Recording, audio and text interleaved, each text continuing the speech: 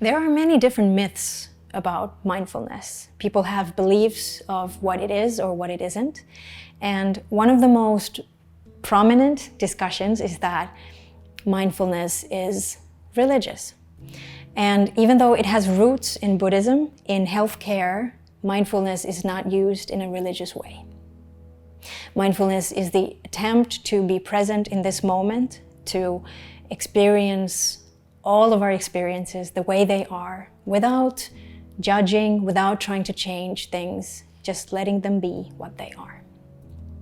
Another thing that you hear quite often is that mindfulness is relaxation, or that with mindfulness we try to relax. And this is not actually the point. Of course, sometimes during mindfulness practice, we might feel relaxed, and that's okay, but it's also okay if we don't. You can do mindfulness practice even when you're stressed.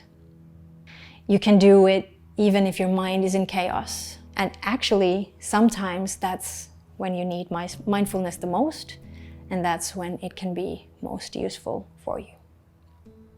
Mindfulness is also not an escape. It's quite normal to feel difficult feelings during mindfulness practice. And the point is to learn to allow even those feelings just be. Mindfulness is also not a quick fix. Sometimes people hope, as they get into mindfulness practice, that it will take all of their problems away, or that they won't feel bad again. And again, unfortunately, that's not possible. And that's not what mindfulness is for. We can't really get rid of difficult feelings and difficult thoughts, and we don't need to.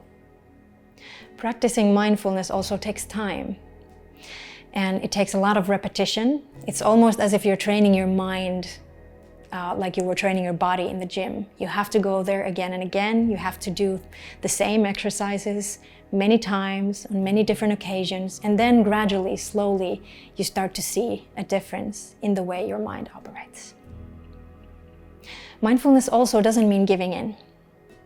It actually means that you can focus on what you can change. Because there are always things that we can change, and then there are things that we can't.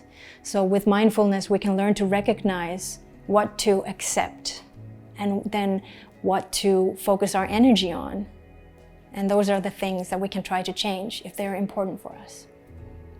Mindfulness is also different from meditation. Those two things are, of course, interconnected and related to each other, but mindfulness can be done in very small bursts, and of course you can develop into longer exercises as well, and then that can become meditation practice.